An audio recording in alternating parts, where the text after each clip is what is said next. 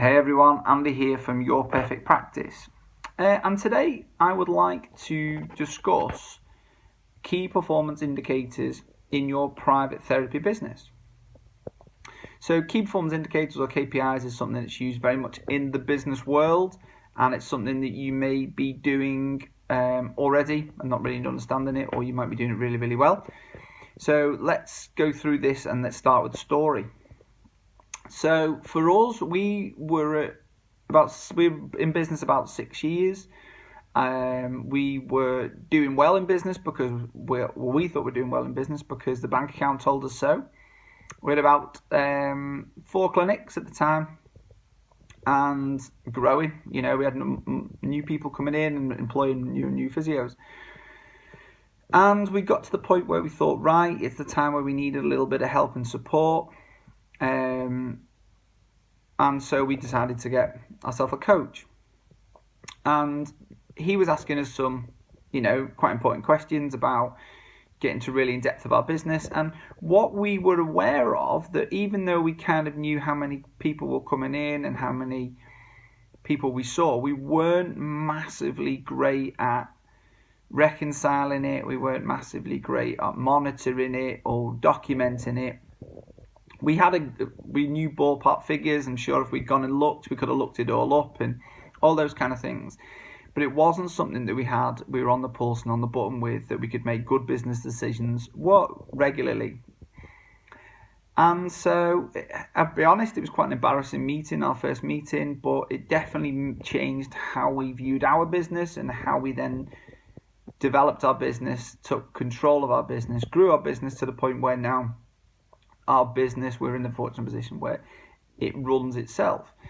And our key performance indicators is something that we can sit down with our management team, look through, decide what is successful and what is a good key performance indicator, and what we can then use that and aim towards that. And from a business owner who is at the fortunate position where it doesn't have to go into work every single day, I can simply just look at the stats and it will tell me how well we are doing and how well the business is doing.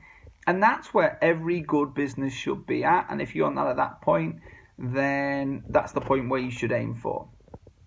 But when we talk about KPIs, I've had some very, very interesting conversations with some very good friends of mine who are business owners in the private therapy market, and also people who have contacted me via the blog about which ones are important and which ones should they be doing.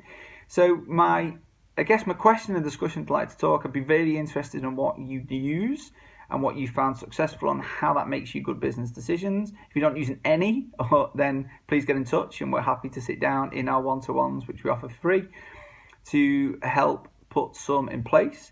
But it'd be really interesting to know and how far you go with your KPIs. In the blog, I actually looked at it from this prospect of more than just looking at the money stats and the number of new clients that you got in. I actually looked at it from a marketing perspective, looking from that leads to conversions to bookings to feedback, how many feedback and testimonials you get, to how many raving fans you get, which is the ultimate goal of any business, to get a raving fan, someone who tells all their family, friends and network all about how wonderful you and your business are, and it's a free marketing tool. So it'd be really good to understand. I could put in the blog, some, for me, ones that, most people do is, and a good starting point is how many new clients you get, what's the total number of clients you have, what is your UTA or DNA rate, so unable to attend and did not attend. So, there's lots of things you can do. It'd be really interesting what you do see. It'd be interesting what you feel on the blog, and then we can really start and have a discussion about to do things. I'm dead happy to share what we do in our business and how we measure them. One good thought process is always to have some decent CRM system within your business that does this all. And the other discussion I'd like to have with you was how often you review them. Is it weekly, monthly, quarterly, or yearly? And are you at the point, or do you want to get to the point where you can start to forecast and totally understand from previous KPIs that you've done and how you can change and improve your business at different levels?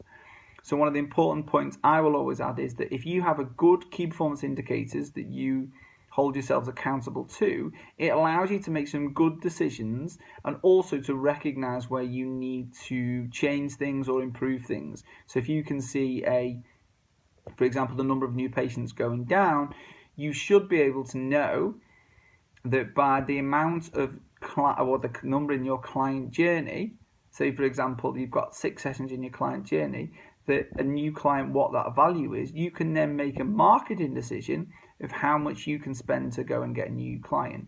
So again, it makes you good, it creates your marketing budget, it helps you create forecasted numbers. If you're looking for growth, you can understand how many new clients you're going to need to get to that growth. If you're looking at pounds, pence, how much money you want to turn over, again, to do all those kind of things. So it'd be really good to have some discussions with you all about this. I really look forward to them, and as always, I'm really happy to help if I can, or you would like my help. So I look forward to the conversations, and I shall speak to you soon. Take care. Bye.